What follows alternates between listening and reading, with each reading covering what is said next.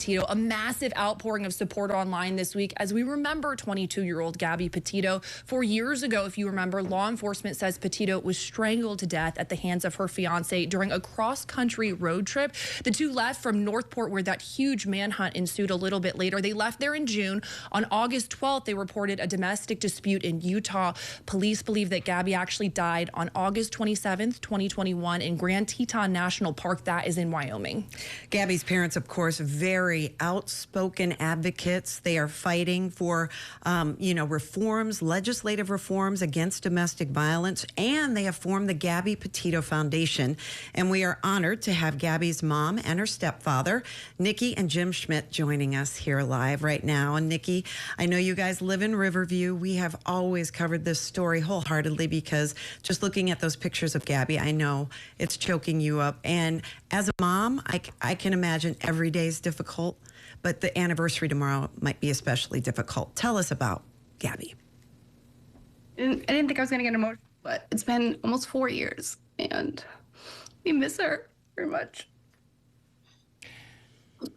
Clearly very, very difficult. So much emotion from our viewers and our community, not only when this case was happening, but also as you continue. You guys have taken steps as far as getting legislation passed. Talk to us about how you're honoring Gabby in that way.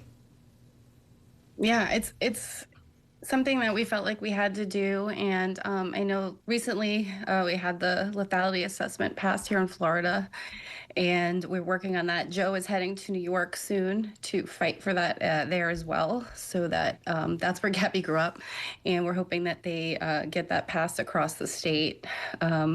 We have a first responder training program that we are now doing across the country.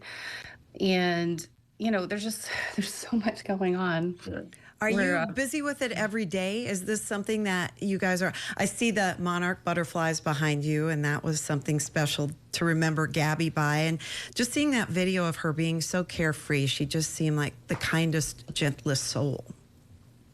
She really was. And that last picture on her Instagram was right here in front of this wall. And we got to visit this wall in 2022. And it was very, very emotional when we got there, knowing that that was kind of her last goodbye to the world on Instagram. But, we were honored to be able to visit, and we'll carry her spirit with us in everything we do. We know lives are being saved. We get messages every day that, people are doing things in honor of Gabby, and their lives are being saved because they inspired them to leave a relationship or go out there and be advocates. And we feel like Gabby's changing the world. And yeah.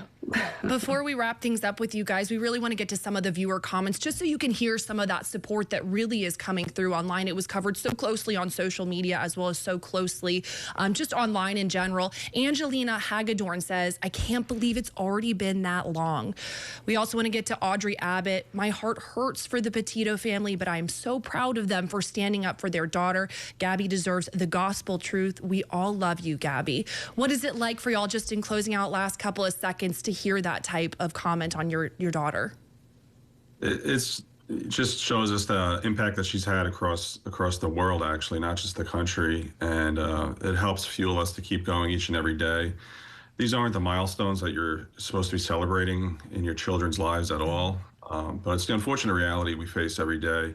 But to see messages like that and to receive the emails and text messages that we get, or messages through social media, it just helps show us that we're going in the right direction. We're continuing to fight for her and share her voice, even though she doesn't have one anymore. And if people want to go to the Gabby Petito Foundation website, they can learn more about that. We are happy to continue to help her light to shine brightly and to shed light on who she was, instead of just what happened to her, but also how she's continuing to help people, even though she's no longer with us. Do you have any closing thoughts? I just want to thank WFLA. You guys have been like family since day one throughout this whole process, and all your viewers who have been so supportive, and everybody out there who continues to support and advocate. Thank you very much. Thank you guys so much. Nichole and Jim Schmidt, we really appreciate you being with us. We'll keep in touch, and God bless Gabby. Absolutely.